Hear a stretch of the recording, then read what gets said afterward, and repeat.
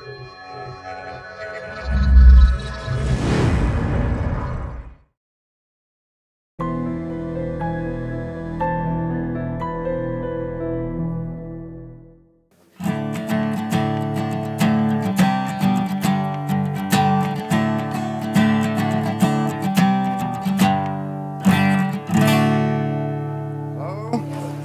Lorenzo, how are you doing? Good morning, I'm fine.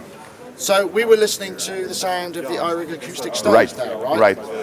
Tell me about it. Yes, this is basically one of our latest releases, latest products.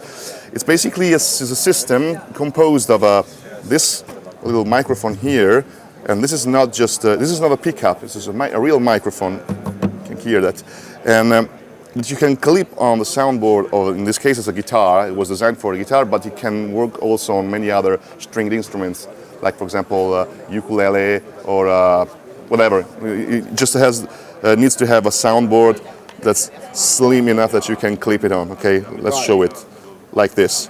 Pretty simple and easy. Okay, like this.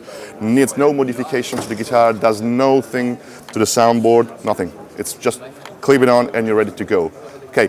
Then the second part is this little box which hosts a DSP, which basically reads and receives the signal for the microphone and process it.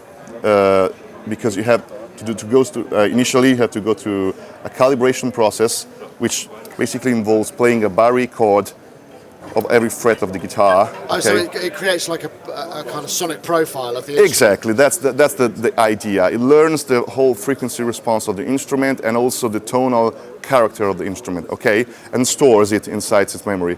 Once you've got that, you have a natural sound, which is the basic, the tried and true representation of the instrument, and then you have some presets which you can cycle through, like the warm one, which shifts the frequency response towards the bass side, and the bright one, which hypes a bit of the high end to have a brighter, in case you want to adapt to a different instrument which has different tonal characteristics. Okay.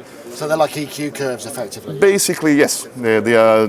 It's a bit of a tone towards the bass side or the high end, okay? And then you have the nylon presets, which of course it can be used on a nylon guitar as well, okay?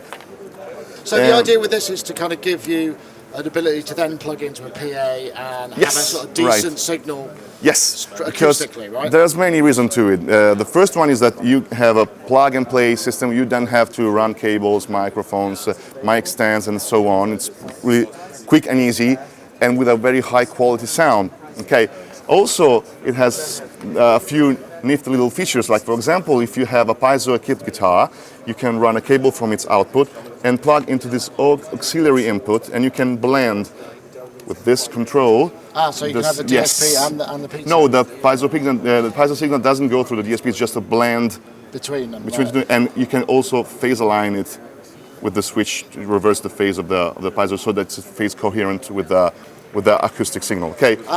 In case you want to have a bit stronger signal, for example, you are on a loud stage and you could have feedback, you want to mix some of the piezo in to have a bit more volume without having any issues with feedback, okay? Yeah, and also, they tend to be a bit brighter as well, don't they? Yes, and they also have a quacky, low quality sound, which is not comparable to the one coming from the real microphone, okay? Also, in case you have feedback issues, you have this big red button here, which in case you're having a feedback, you can hit this one.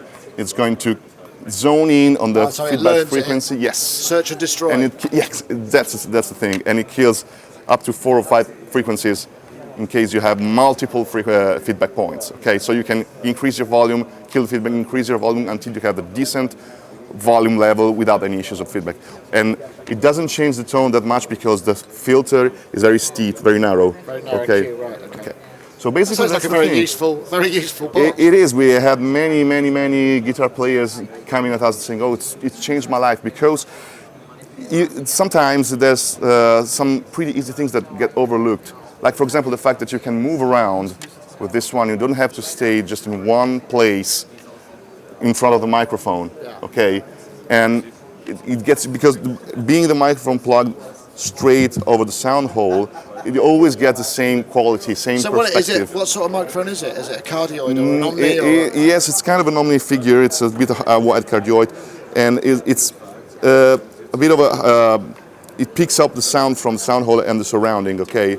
So in fact, if you, there can be, if you are on a loud stage, there can be some bleeding from other sources, but we made it so controlled enough to not have interference from other nearby sound sources, okay? Gotcha. And also, it's got an USB output right here that allows you to go straight into use it like your iOS applications and devices.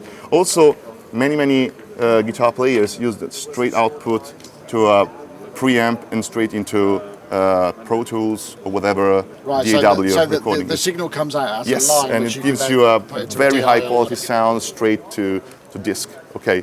Ah, okay. Are there any? Can you give us an example of some of the other sounds? Some of the. Sure. So this is the basic one, the natural one. The warm one.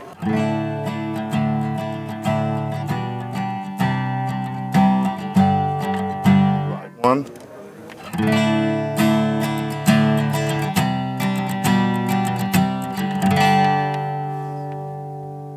You can hear. I mean, it's quite subtle, which I think is good. You haven't gone too extreme on it. So. No, we didn't want to have unbalanced the things. It's just a tiny bit, not tiny. It's perceivable, but it's mainly to adapt to different kinds of guitars that may have a different voice, like a brighter one or a warmer one. So you adapt with these 3 settings. Okay. Right. Okay. And it's available now, presumably, or is it? Sure, it's available. And do you know